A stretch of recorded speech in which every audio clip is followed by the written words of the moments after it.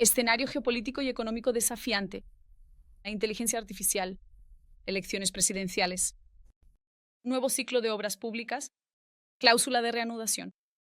Nueva ley del contrato de seguro en vigor. Reforma tributaria. El mercado privado inexplorado. ¿Qué esperar de 2026?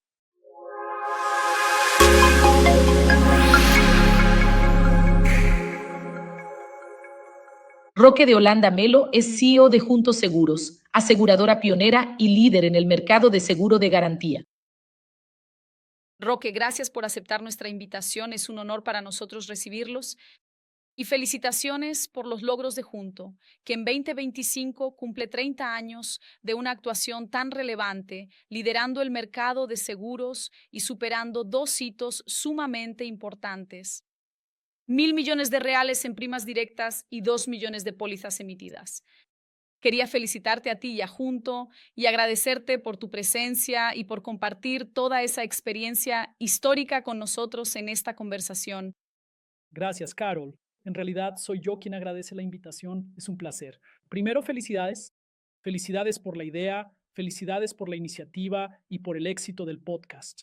He estado siguiendo el éxito que tú estás teniendo, la presencia y también por traer un contenido tan relevante para nuestro mercado. Para nosotros en Juntos Seguros es un placer estar aquí y poder contribuir a esta enriquecedora iniciativa que están llevando adelante con nuestro mercado. Gracias, Roque. Bueno, para empezar quería entender un poco qué hay en el radar del CEO con respecto a las principales oportunidades y amenazas para el próximo año. Entonces, si tuvieras que enumerar todos los problemas que tienes en el radar, ¿cuáles serían los principales? Tres oportunidades. Para el año veo muchas oportunidades. En particular, somos muy optimistas respecto al año 2026. Tenemos varias oportunidades, pero no podemos dejar de lado los principales. Nos enfrentamos a un año electoral.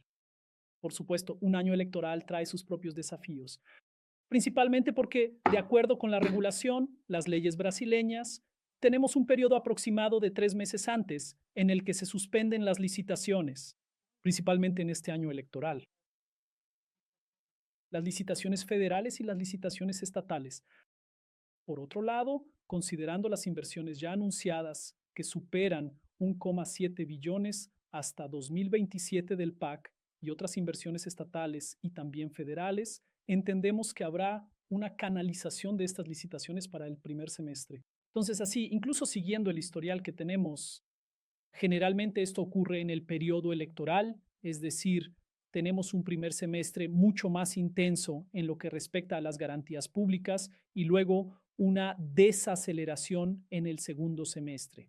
Pero como tenemos una diversificación en lo que respecta al portafolio, es decir, el equilibrio entre las garantías públicas y aquí públicos. Me estoy refiriendo solo a los contratos públicos y también a la garantía judicial. Vamos a hablar de eso aquí también. Entonces, entiendo que esto trae un aspecto positivo, también grande para 2026. Entonces, creo que el año electoral trae desafíos, pero también oportunidades para aún más negocios, principalmente en el primer semestre.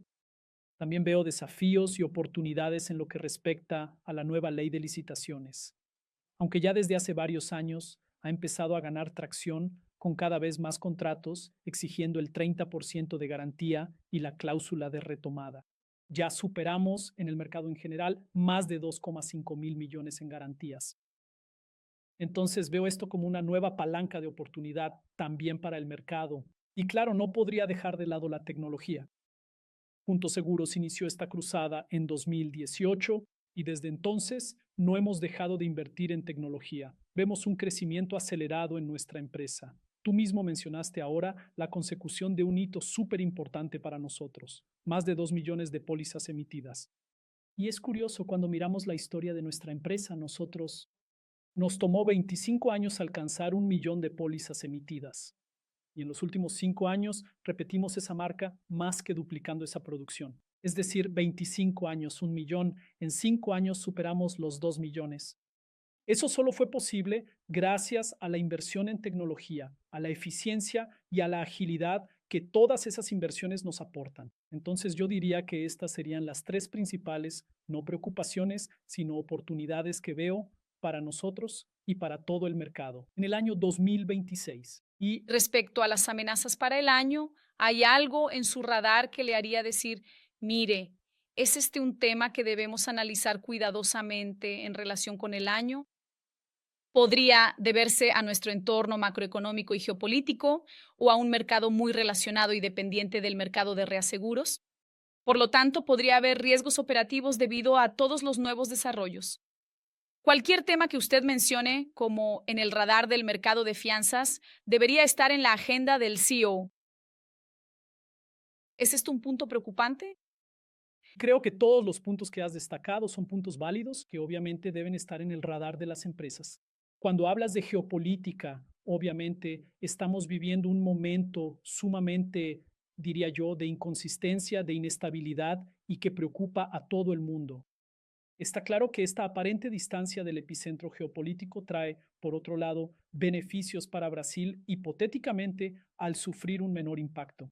Impacto y muy por el contrario, tener una atracción incluso de capital en la medida en que los inversores buscan aquellos países, aquellos lugares donde haya mayor estabilidad. Puede parecer una dicotomía cuando hablamos de estabilidad en Brasil, pero en un contexto geopolítico que puede culminar incluso en una guerra, por ejemplo, ahí sí tenemos una posibilidad de beneficio para nuestro país. Cuando se habla de reaseguro, yo diría que es una dependencia, pero por otro lado, una asociación. Entonces, en Juntos Seguros, yo diría que nos sentimos cómodos con la situación, principalmente porque dentro de nuestro panel de reaseguros contamos con reaseguradoras con décadas de asociación. Valoramos mucho a nuestros reaseguradores. Tenemos una lista corta muy amplia, nuestra Secure List, incluso de uno de nuestros accionistas, a través de Internacional. Así que tenemos una gran estabilidad con nuestros reaseguradores y una asociación muy fuerte. Así que no tenemos miedo de una ruptura de la relación, todo lo contrario. Entonces, esa solidez y esa consistencia nos trae, por ejemplo, un beneficio aquí en materia de reaseguro. Y eso, Esto puede incluso traducirse en una ventaja competitiva porque esta relación a largo plazo necesita tiempo para consolidarse. y Eso es lo que usted aporta, que es muy sólido para la historia de la compañía de seguros. sin duda alguna, y después de 30 años, yo diría que ya hemos pasado por varios ciclos. Ciclos positivos, ciclos negativos de la economía, catástrofes, aunque no esté hablando de catástrofes que ahora ya son una realidad en nuestro país también, pero yo diría incluso con riesgos sistémicos como lo que tuvimos con la operación Lava Jato. En fin, hemos pasado por varios ciclos y logramos mantener la estabilidad y la seguridad de nuestro negocio. Y recientemente nos sentimos orgullosos, en un periodo que usted ha estado siguiendo, de la alta competitividad de nuestro mercado. Logramos atravesar no solo creciendo, no solo superando marcas importantes, sino haciéndolo con un crecimiento orgánico estable, incluso con el aumento del promedio de tasas dentro de nuestra empresa. Entonces, eso nos da una gran seguridad sobre el futuro, sobre nuestra empresa y con nuestros socios de negocio, en este caso los reaseguradores. Pero yo diría que de todos esos riesgos, de todas esas preocupaciones que deben estar en el radar de las empresas, hay uno que me preocupa especialmente, que sería el riesgo de imagen del producto seguro garantía. ¿Y por qué digo esto? Estamos ante cambios sustanciales, vamos a hablar de varios de ellos aquí, pero más allá de la nueva ley de seguros, la nueva ley de licitaciones, la regulación SRO y los cambios con la PGFN, y así sucesivamente. El hecho es que el seguro garantía está cada vez más en evidencia y con protagonismo. Es la única forma de garantía dentro de las leyes de licitación que permite la reanudación y conclusión de la obra por parte del agente garante sin la necesidad de un aporte adicional por parte del Estado ni de un nuevo proceso de licitación. Es decir, tiene una relevancia muy grande, un protagonismo muy grande. Se espera Mucho, una gran responsabilidad, se espera mucho del seguro de garantía, se espera mucho del mercado asegurador. Por lo tanto, es sumamente importante que haya mucho diálogo, mucha consistencia en las decisiones y que las aseguradoras que estén dispuestas, por ejemplo, a asumir un riesgo con cláusula de retomada, sepan el riesgo que están asumiendo y principalmente el mayor anhelo del Estado, que no es ver el pago de la suma asegurada, sino que esa obra sea retomada y concluida. Hasta porque cuando se trata del ámbito de las contrataciones públicas, poco importa que la aseguradora pague la suma asegurada. Cuando estamos hipotéticamente aquí frente a un órgano federal, por ejemplo el DENIT, esa eventual suma asegurada no va a entrar en las arcas del DENIT, va para el Tesoro. ¿Y qué sucede?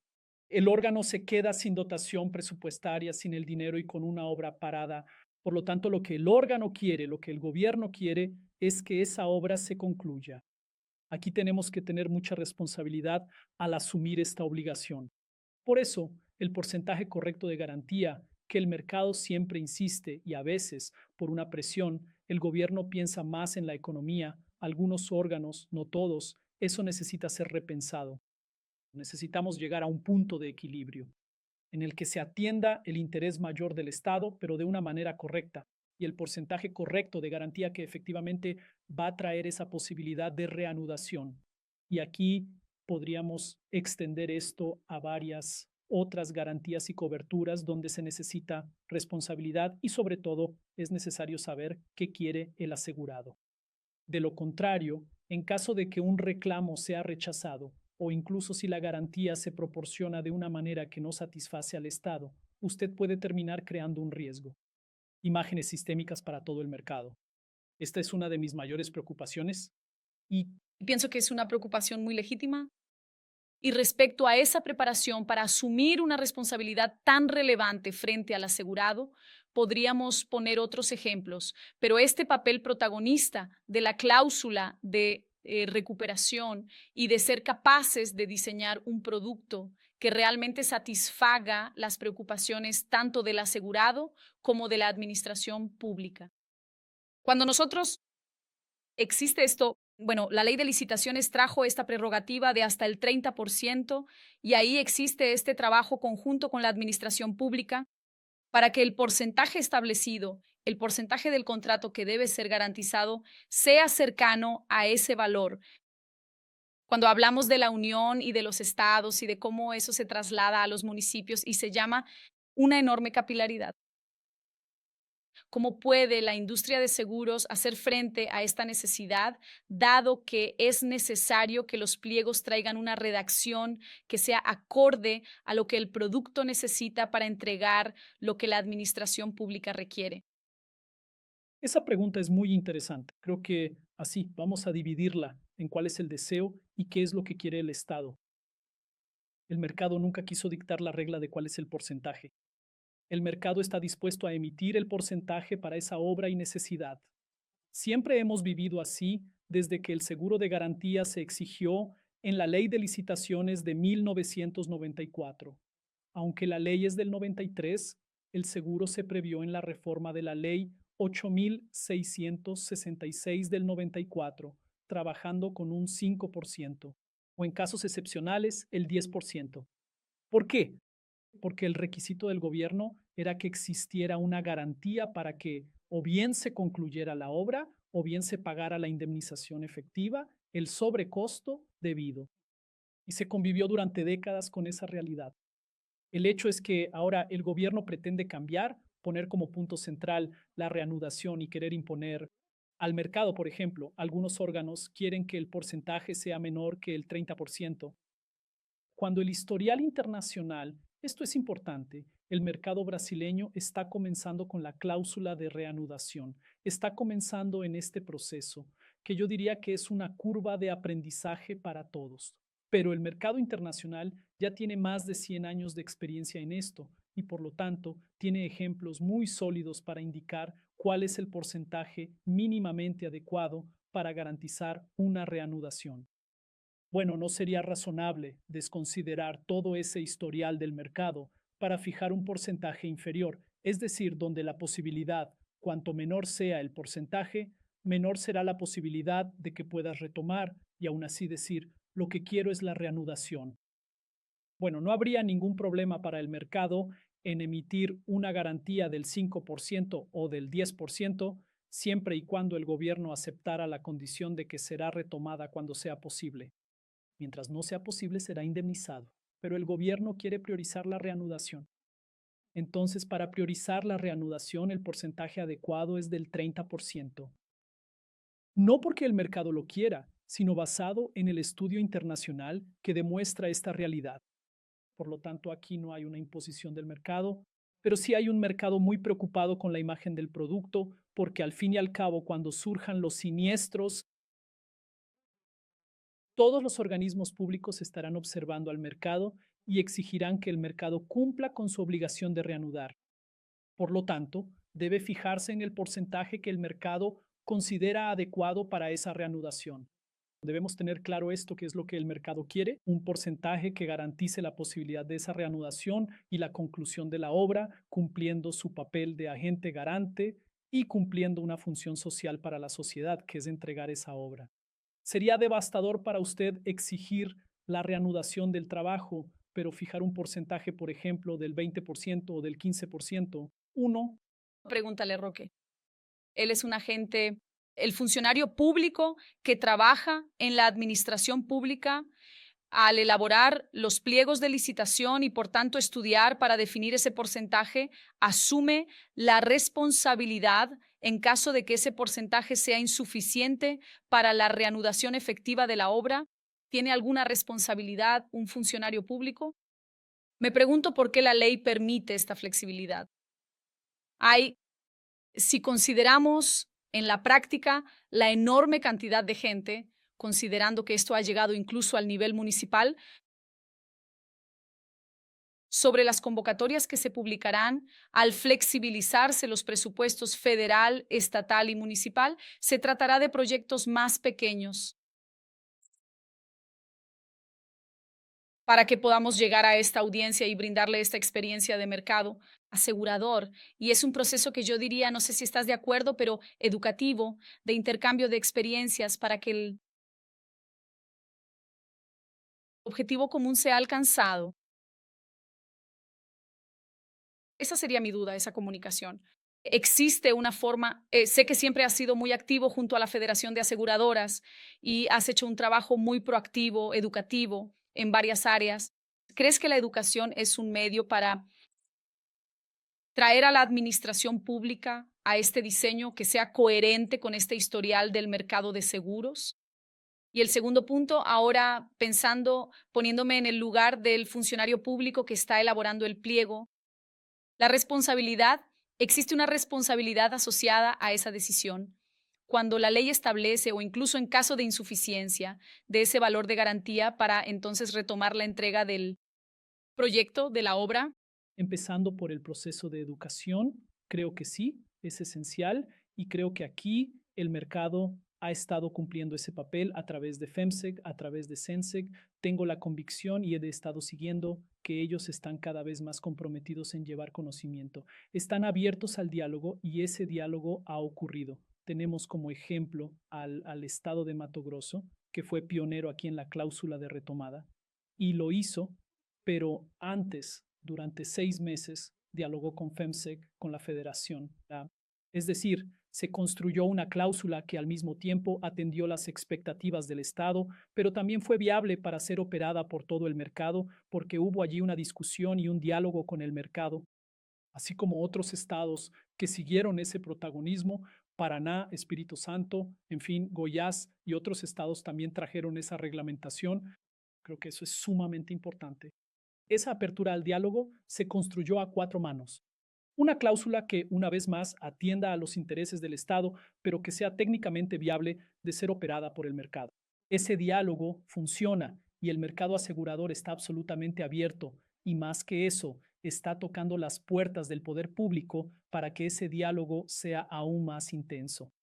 Desde el punto de vista de la responsabilidad, sí, implícitamente la ley trae esa responsabilidad. Obviamente, el agente es público, debe actuar con diligencia y responsabilidad al fijar el porcentaje, pero estamos hablando de una autorización legal. La ley permite hasta el 30%. Por lo tanto, exigir hipotéticamente un porcentaje inferior al 30% no es una ilegalidad.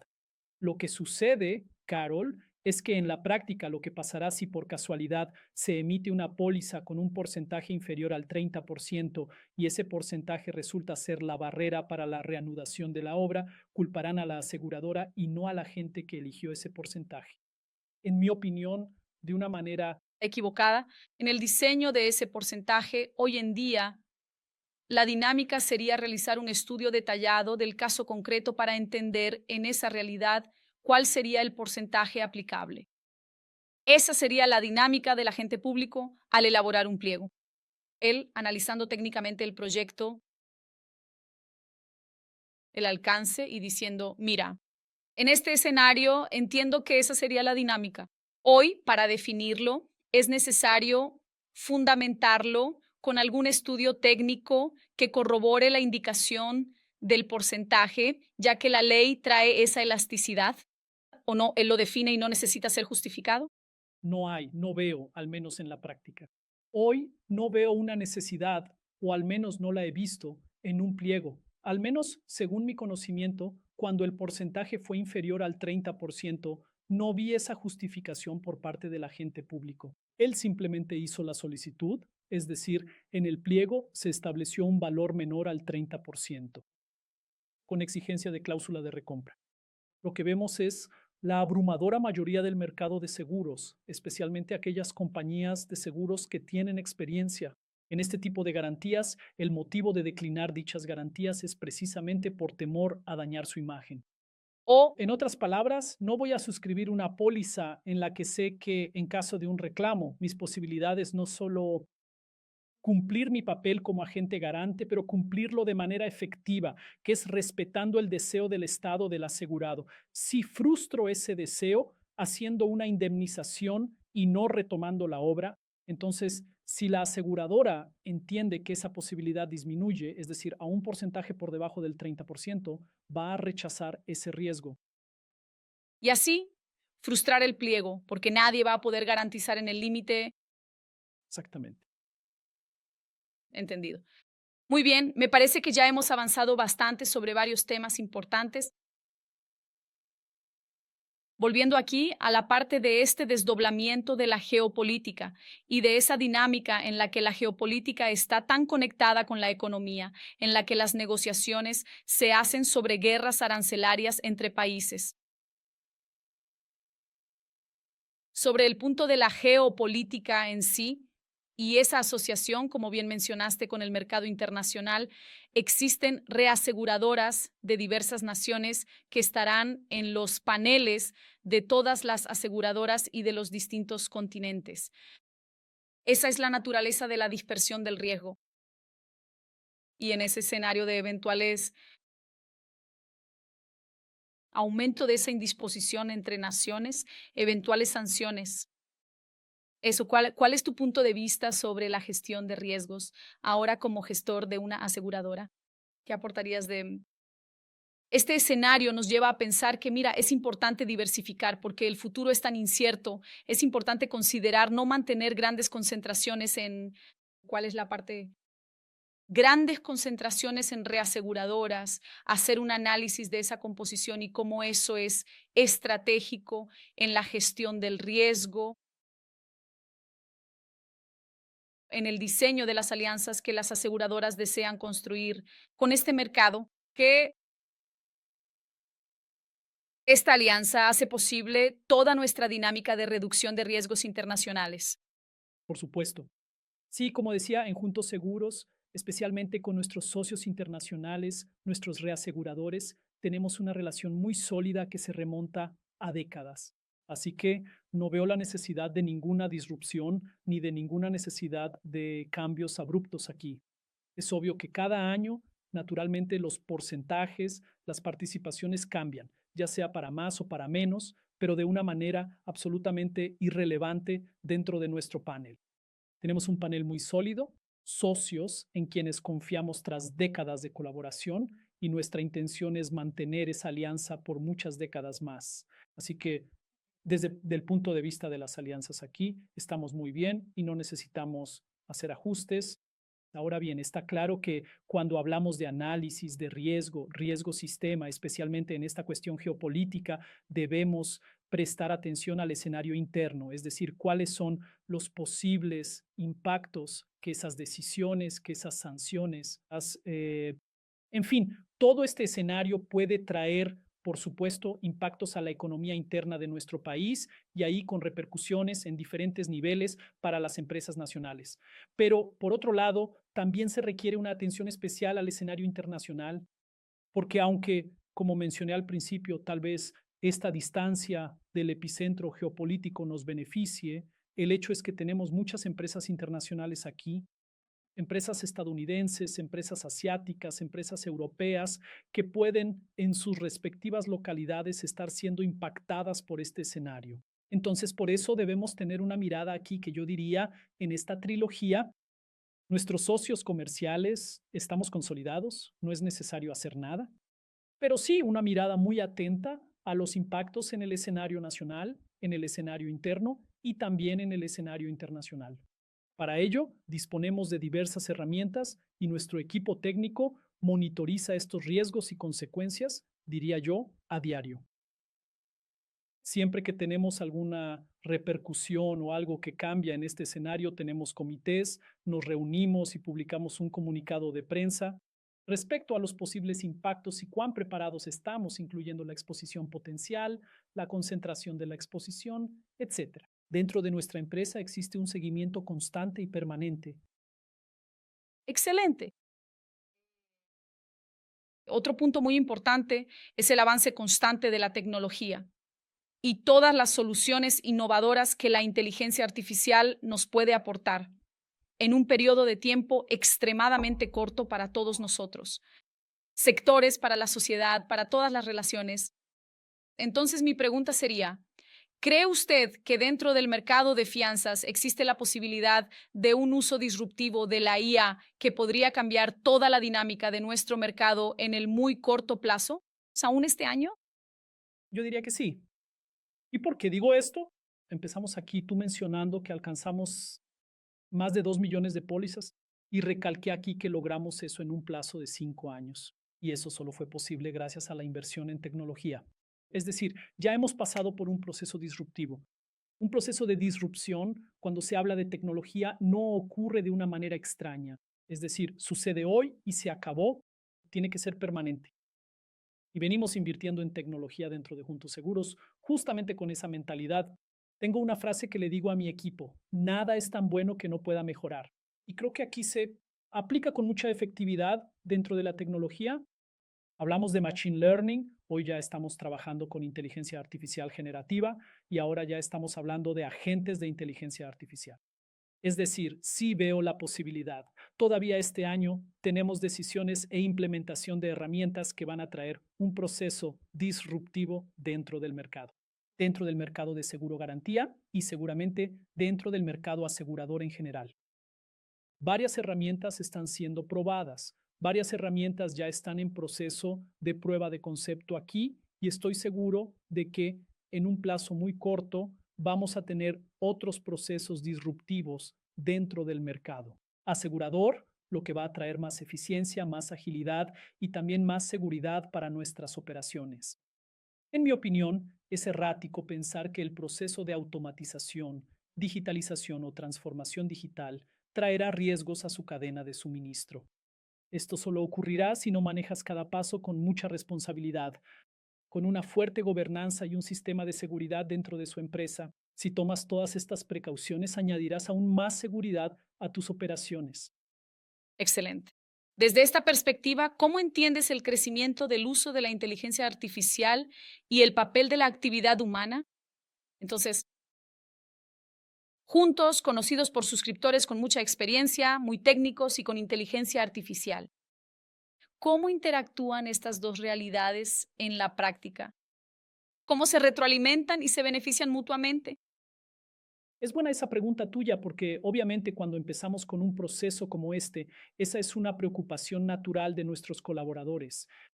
Pensamientos como seré reemplazado, mi función se volverá obsoleta, ya no me necesitarán más y así sucesivamente, hasta que llegamos a esa fatídica pregunta: ¿crees que la máquina sustituirá al ser humano? Y mi respuesta a eso es muy directa: no. No va a sustituir hoy, no va a sustituir este año y no va a sustituir, al menos no lo veo, no me veo presenciando eso, por ejemplo. No creo que vaya a suceder en las próximas décadas. No habrá una sustitución del ser humano por la máquina. Pero creo que la máquina ya puede hacernos hoy profesionales mejores. Lo que le he dicho a nuestro personal es que deben utilizar estas herramientas, esta tecnología a su favor. Obviamente, si haces un trabajo estrictamente manual y te empeñas en seguir haciéndolo de forma manual, sí, puedes quedarte atrás. Pero no fue porque la máquina te reemplazó, sino porque no permitiste evolucionar junto con esa tecnología.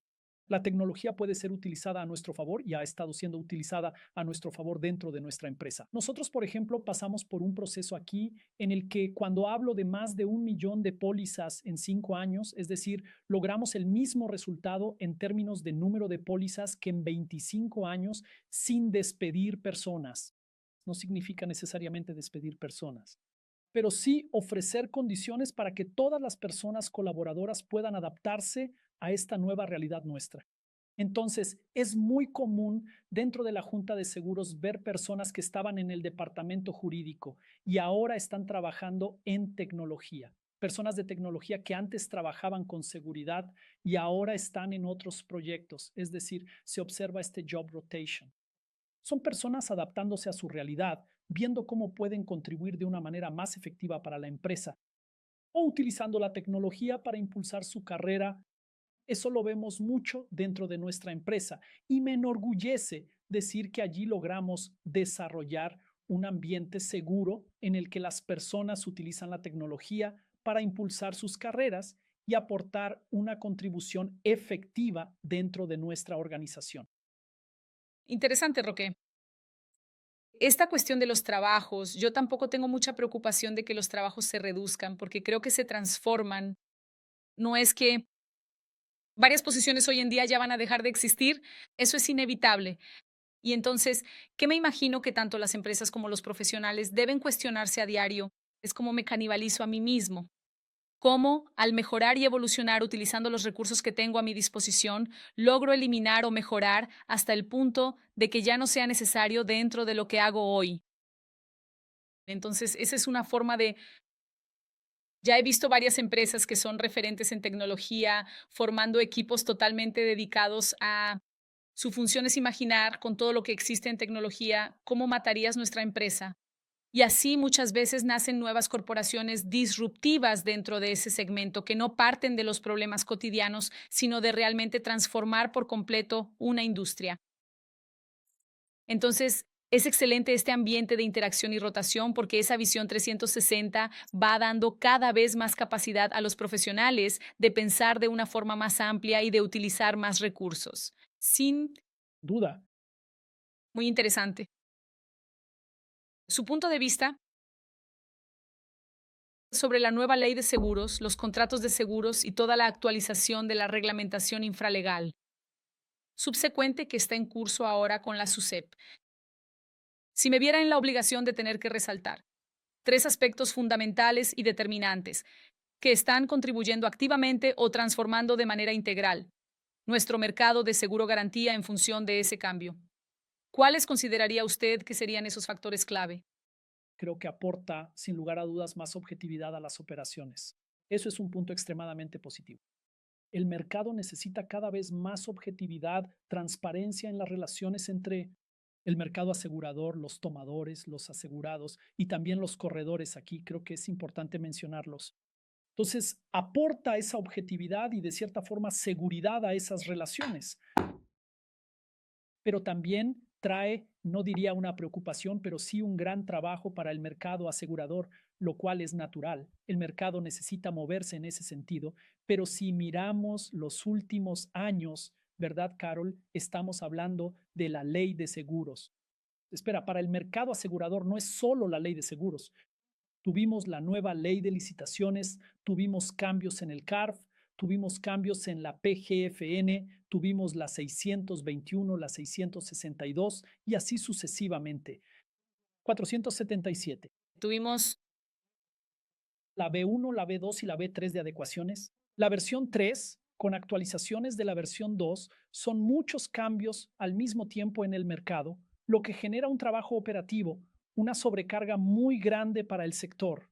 Y yo diría que la nueva ley de seguros trae aún más trabajo, principalmente desde el punto de vista sistémico. Son muchos los aspectos que deben ser considerados, sobre todo porque estamos haciendo todos estos cambios en un entorno cada vez más automatizado, con libertad para las partes, para los tomadores, para que los propios corredores actúen dentro de nuestras plataformas. Por lo tanto, se necesitan ajustes sistémicos en la aceptación del riesgo, en la negativa del riesgo, en el flujo de siniestros, en el proceso de suscripción. Estas parametrizaciones traen una complejidad, una sobrecarga operativa muy grande para el mercado asegurador. Por lo tanto, yo diría que esto es una preocupación y también un desafío para el mercado. Por otro lado, trayendo también el punto positivo, están aquellas aseguradoras que pueden adelantarse aquí, estando preparadas para hacer un trabajo bien hecho desde el punto de vista de la suscripción, manteniendo todo este marco sistémico funcionando. Nosotros en Juntos Seguros iniciamos este trabajo hace más de un año y en el D1 ya teníamos todos nuestros procesos protocolizados. Es obvio que aquí nosotros en un proceso diario de mantenimiento, pero entendemos que estamos preparados para este nuevo desafío. Creo que aquí hay puntos, aspectos por los que también tendría, digamos, cierta preocupación con la propia ley. Creo que desde el punto de vista de la objetividad, ya quise señalar un aspecto positivo, pero creo que esta ley trajo, sin lugar a dudas, una protección positiva para el asegurado. Sin embargo, cuando se exagera esa protección, se puede terminar generando también un desequilibrio, creo que en algunos puntos, pero estoy seguro de que ahora, con el diálogo junto a la SUSEP, podemos ajustar esas eventuales necesidades de reglamentación. Sé que la SUSEP tiene la opinión de que hay muy poco, casi nada, que reglamentar en lo que respecta a la nueva ley de seguros, pero creo que aún así, dentro de esas pequeñas modificaciones, hay espacio para hacer que esta ley sea aún mejor, aún más positiva. Interesante. Un mercado poco explorado, el mercado para el asegurado privado. Entonces, cuando comparamos todo el historial desde 1994 de la administración pública contratando el seguro garantía y todo el aprendizaje conjunto de esta interacción entre la administración pública y la industria de seguros en el perfeccionamiento y mejora de los ejemplos de cláusulas y de la gestión contractual, tenemos bastante experiencia. Lecciones aprendidas para agregar valor al mercado privado de las relaciones contractuales, en su opinión. Sin lugar a dudas, cuando miramos los datos estadísticos, aproximadamente el 14% de las garantías son para contrataciones privadas. Es decir, la gran mayoría de las contrataciones, de las garantías, están enfocadas en contrataciones públicas. Existe un enorme espacio para crecer aquí. Y aquí, Carol, vuelvo al inicio de nuestra conversación. Dentro de Ajuntos Seguros, estamos invirtiendo mucho en un proceso de educación del mercado, tanto con nuestros corredores, socios de negocio, tomadores, en el sentido de incentivar cada vez más un proceso de aculturación del seguro de garantía. Entiendo que este proceso de educación será fundamental para que las partes tengan cada vez más conocimiento sobre el seguro de garantía y sus infinitas posibilidades. Cuando hablamos de seguro de garantía, lo primero que le viene a la mente a quien no lo conoce es la complejidad de contratos complejos o de valores elevados, cuando en realidad el seguro de garantía puede ser utilizado para absolutamente cualquier obligación contractual, desde la más simple y de menor valor posible hasta las más complejas. Esa cultura, esa desmitificación de la complejidad del seguro es fundamental para que podamos tener aquí un impulso en el mercado asegurador. También una mayor cercanía con las partes, para que podamos eventualmente disipar posibles temores en relación al seguro de garantía. Es un hecho que el seguro de garantía a lo largo de las últimas décadas ha tenido una gran evolución, volviéndose cada vez más objetivo. Yo diría, de cierta forma, incluso más cercano a aquellas garantías más objetivas. Hemos aportado mucha objetividad a este producto y la ley ahora, de hecho, contribuye a eso, trayendo plazos cada vez más cortos, posibilidades cada vez más restringidas de documentación. Todo esto es positivo dentro de un proceso de razonabilidad. Es positivo. Por lo tanto, tenemos un producto cada vez más fuerte, más seguro, que también puede aportar más efectividad en las contrataciones privadas.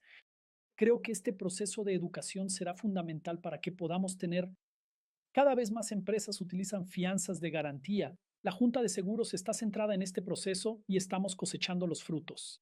El año 2025 fue importante para nosotros porque vimos una madurez y un crecimiento significativo en el número de nuevos brokers y nuevos prestatarios. Utilizando la herramienta de fianza dentro de nuestra empresa y Los nuevos asegurados privados que también aparecen en las pólizas están impulsando este cambio en el mercado de seguros privados y marcando el camino. Creo que cuando se publicó la 662, antes de toda esta nueva transformación, se habló mucho sobre esa posibilidad. Asegurados privados diseñando cláusulas adaptadas a los contratos que necesitaban ser garantizados, creando flujos de trabajo más cercanos, dialogando mucho con las aseguradoras, muy parecido, muy cercano a esa relación que se mantiene con la administración pública. ¿Ves que esto se perpetúa? ¿Imaginas que es una tendencia que continuará? ¿O crees que dentro del escenario actual esa construcción de cláusulas más individualizadas debería desvanecerse entre tantas prioridades y en un año tan sobrecargado para el mercado de seguros en general? creo que eso continúa. Permíteme incluso decir que dentro de esas necesidades de adecuación y flexibilización de la ley estaría justamente aquí. Algo positivo que ocurrió en los últimos años, principalmente en términos de regulación de la SUSEP, fue la libertad.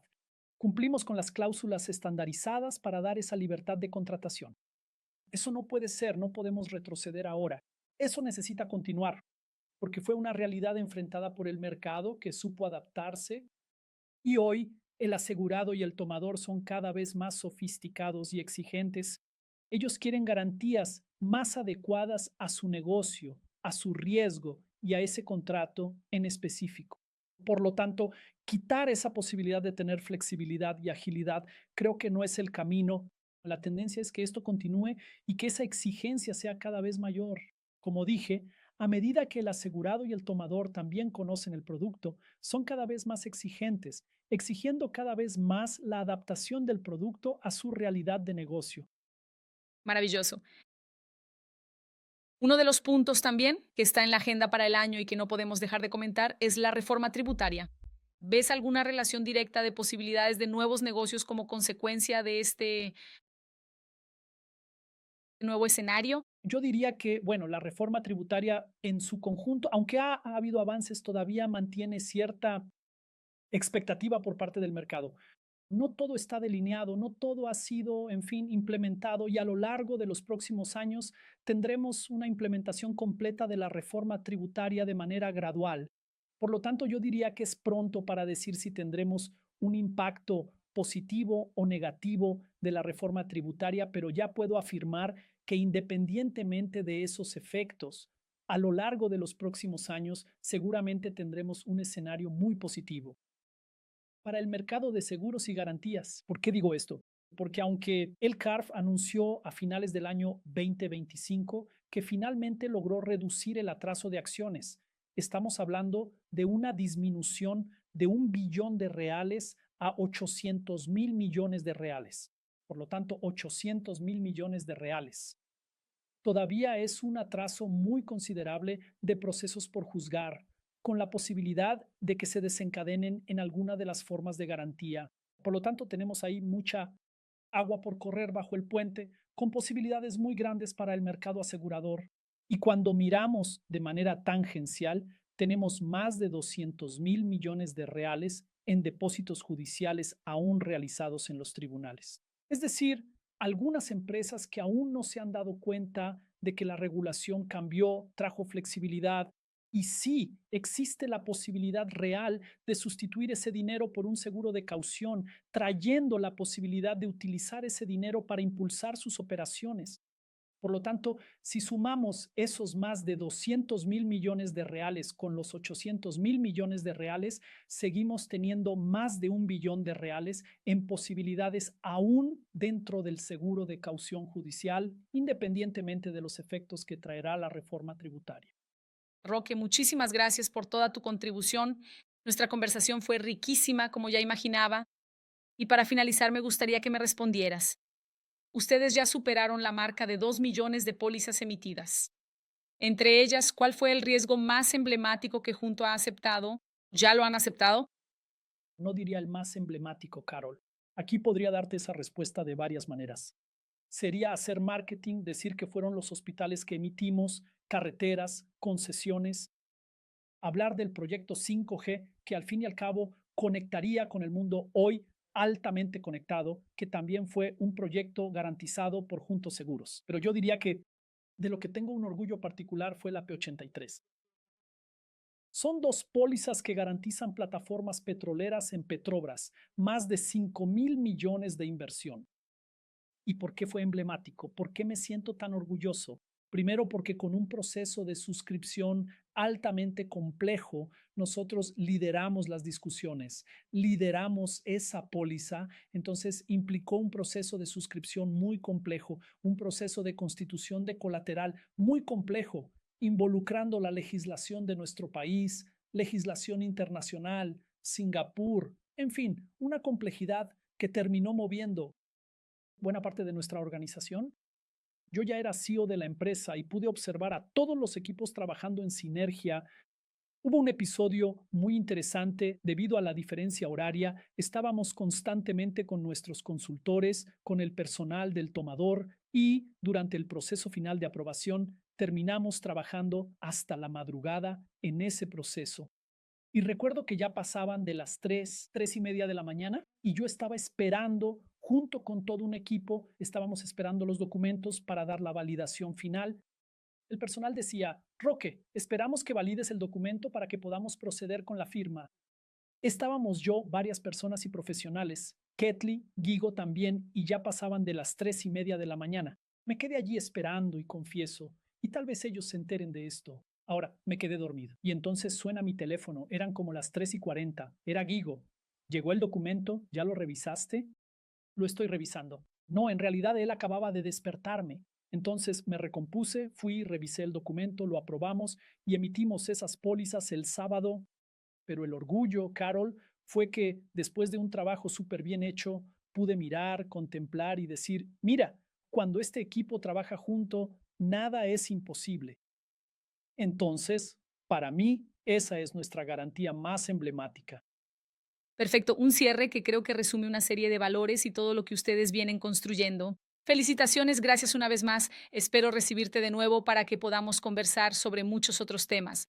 Carol, soy yo quien agradece una vez más. Felicitaciones por la iniciativa, felicitaciones por el podcast, felicitaciones por el contenido y por tu contribución a nuestro mercado.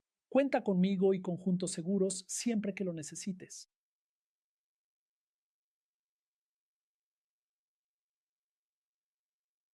Roque de Holanda Melo es CEO de Juntos Seguros, aseguradora pionera y líder en el mercado de seguro de garantía. En 2025, Juntos celebró 30 años de actuación en seguro de garantía, superando 1.000 millones de reales en primas directas y 2 millones de reales en pólizas emitidas.